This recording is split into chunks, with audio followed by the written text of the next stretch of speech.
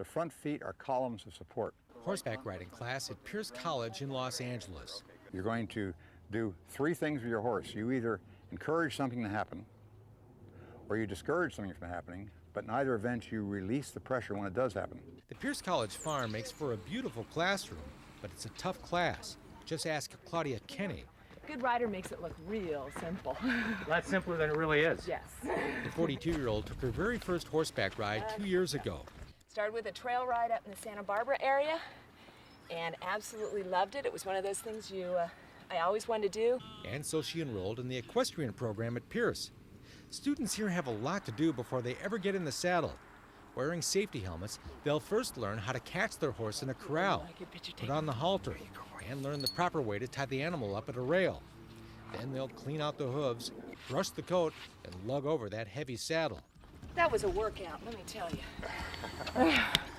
And that's the simple part.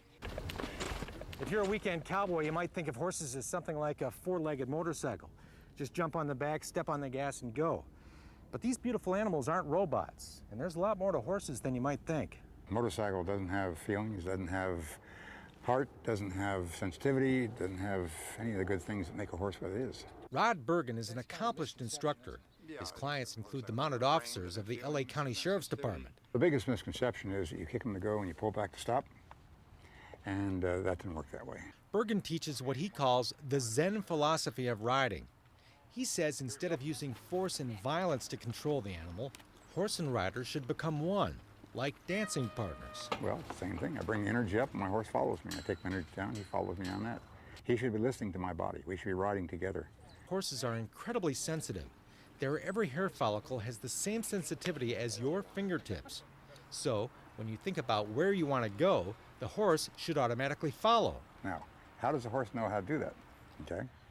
He knows that because every time you do anything with your mind, your body follows. So right now I'm going to move my eyes to the right. My body, because of all the conditioning, is saying I may be going there. So a whole lot of what they call proprioceptive sensors in my body are setting themselves up to go that way. The horse feels that. It sounds so simple, but Claudia knows better. Is there a little more to this than you thought? Yes. That's an understatement, yes. The problem is that when a person gets on a horse, the first thing that happens is they're afraid they might fall off. So they think the thing to do is to grab with their legs. Well, as soon as you put your leg on a horse, the horse thinks you want him to go. So now the horse starts to go, but you don't want him to go because you're getting concerned, so now you pull back. So we get what we call a whoa-go, okay? Horses go, whoa, go, whoa. Well, that's very confusing. You won't learn how to do this in a day, but you can learn, no matter how old you are. You know, they're kind of intimidating, and maybe I'm afraid to even try. What would you say to me?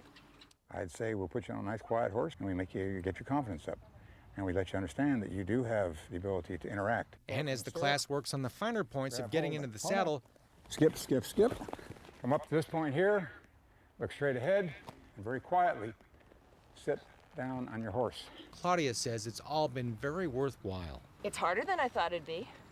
It's definitely that. It's harder than I thought it'd be. It's probably more enjoyable than I thought. Now, once you're on a horse, you probably want to stay there, or at least be the one who decides when you get off.